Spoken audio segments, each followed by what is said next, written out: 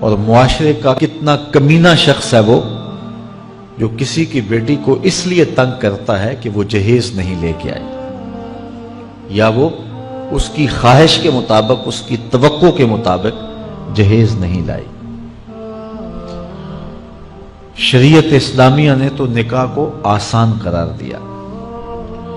اور یہ جو ہم اتنی لمبی چوڑی باراتیں لے کر کے چلے جاتے ہیں بیٹی والوں کے گھر میں، تو اسلام میں تو اس کا ایسا کوئی تصور نہیں ہے۔ 500 600 لوگ بیٹی والوں کے ہاں چلے جاتے ہیں اور جس طرح کسی محاذ پہ جا رہے ہیں۔ نکاح فی المساجد کا رواج اگر ڈالا جائے تو ہماری زندگیاں سوکھی ہو جاتی ہیں۔ یہ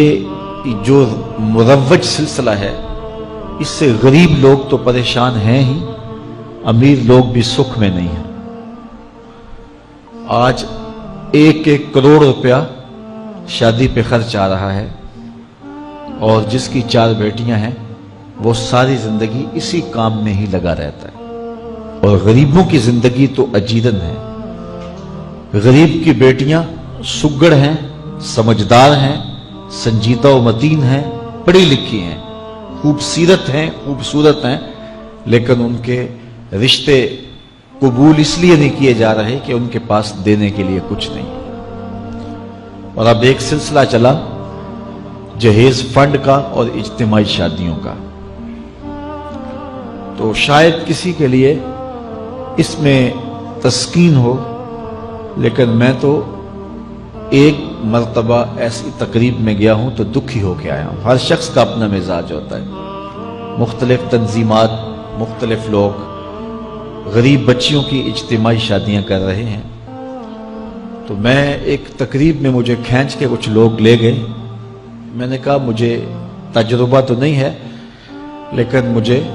لگتا ہے کہ میرے لیے تکلیف کا سامان ہوگا، اور دوست جس مقصد کے لیے مجھے لے کے جا رہے ہیں تو ان کا مقصد بھی پورا نہیں ہوگا۔ ایسا ہی ہوا، ایک ہال میں 15 سے 20 بچیاں تھیں، اور دوسری جانب 15 سے 20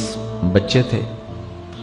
اور ان کے مہمان، ان کا ہجوم تھا، اور اسٹیج کے اوپر جو کرسیاں لگی تھیں ان پر مخیر حضرات بیٹھے ہوئے تھے جنہوں نے سرمایہ لگایا اور جہیز فنڈ دیا، اور تنظیم کے لوگ آ کے اپنی کارکردگی بیان کر رہے تھے۔ تو آخر میں انہوں نے مجھے کہا کہ ہم آپ سے کچھ سننا چاہتے ہیں، تو میں نے بیٹھے بیٹھے کہا کہ میں دعا کر دیتا ہوں، لیکن ان کا اصرار بڑا، تو میں نے مائک پہ آ کے کہا کہ انسان کی زندگی میں 3 موقع ہوتے ہیں جس دن وہ مہمان خصوصی ہوتا ہے، اور سب لوگوں کی نظر اسی کے چہرے پہ ہوتی ہے۔ ایک جب وہ پیدا ہوتا ہے تو کالا کلوٹا بھی ہو تو ساری بستی اس کا منہ دیکھنے آتی ہے،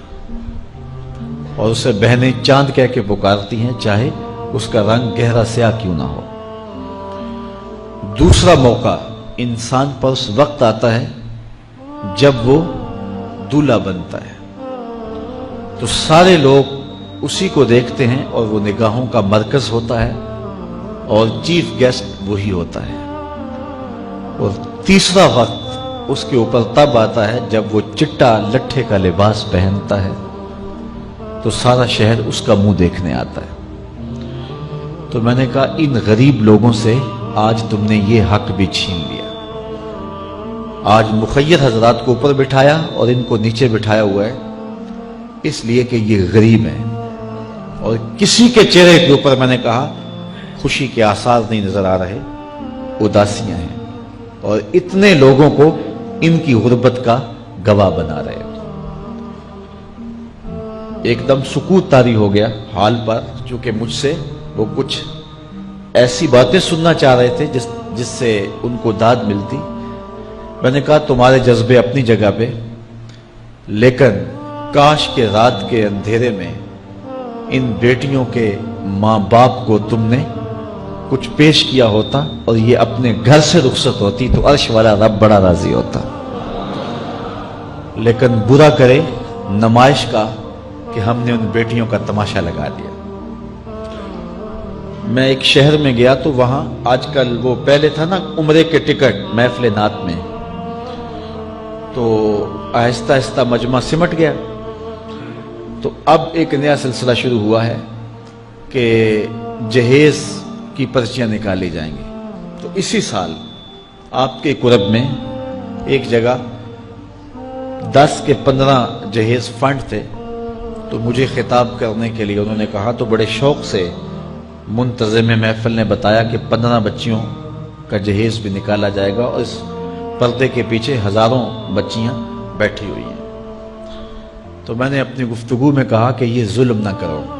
یہ زیادتی نہ کرو، تمہارے پاس 100 لوگوں کا کھانا ہے تو 500 لوگوں کو نہ بلاؤ کہ تم قرعہ اندازی کر کے 100 آدمیوں کو کھانا دے دو اور 400 آدمیوں کو کہو کہ تمہارا نام نہیں نکلا۔ تمہارے پاس 100 کا کھانا ہے تو 100 کو ہی پردے سے بلاؤ اور ان کو کھانا کھلا دو۔ میں نے کہا 10,000 بیٹیاں اس پردے کے پیچھے بیٹھی ہیں آپ کے بقول، اور آپ ان میں سے چند کو قرعہ اندازی کے ذریعے جہیز فنڈ دے رہے ہیں۔ ہر پرچی پہ 10,000 بیٹی کا دل دھڑکے گا کہ شاید میرے مقدر جاگ پڑے اور غموں کی سیاہ رات ختم ہو گئی، لیکن جب آخری پرچی کے بعد اعلان کیا جائے گا کہ قرعہ اندازی مکمل ہو گئی، تو کتنی بیٹیاں گھروں میں جب واپس جا رہی ہوں گی تو تم نہیں جانتے ان کے قدم کتنے بوجھل ہوں گے، اور رسول اللہ کا میلاد ہو اور بیٹیاں آنسو بہاتی ہوئی جائیں۔ تو میں نے کہا تم خوشیاں خریدنے لگے تھے، غم خرید لیے تم نے، خوشیاں بانٹنے لگے تھے، غم بانٹ لیے تم نے۔ تو یہ زیادتی نہ کرو، یہ جو رواج پڑ رہا ہے یہ اپنی نمائش کے لیے، خدا را آگے تم نے عمرے کے ٹکٹ بانٹے، بہت کچھ کیا لوگوں کو اکٹھا کرنے کے لیے، اور کیا کیا رنگ اپنائے گئے۔ میں نے کہا وہ اچھا تھا، چلو مجھے اس پر بھی بات ہے، لیکن چلو میں نہیں کرتا، لیکن یہ ظلم نہ کیا جائے کہ محافلات میں مجمع اکٹھا کرنے کے لیے جو ہے وہ غریبوں کی بچیاں بلا کر کے تو 10 کو آپ دے کے باقیوں کو کہیں کہ معذرت ہمارے پاس اتنا ہی تھا۔ تو آپ کے پاس 100 کا کھانا ہے، 100 کا پانی ہے، تو 500 پیاسوں کو نہ بلائیں، 500 بھوکوں کو نہ بلائیں، 100 کو ہی بلا کر کے پردے سے جو ہے وہ ان کی مدد کریں۔ تو میں یہ کہتا ہوں کہ ہم جہیز فنڈ دینے کی بجائے، یہ جب تک یہ حالات ختم نہیں ہوتے، میں خفیہ طور پہ یہ بھی کرنا چاہیے، لیکن ساری قوم ادھر لگ گئی ہے، تو اس کی بجائے ہمارے علماء کو، ذمہ دار کو، یہ مختلف چینلز کے اوپر یہ جو ٹاکنگ ہوتی ہے اس پہ گفتگو ہونی چاہیے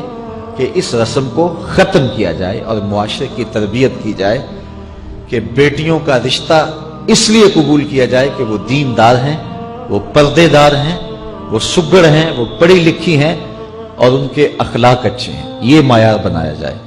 دولت کو معیار نہ بنایا جائے۔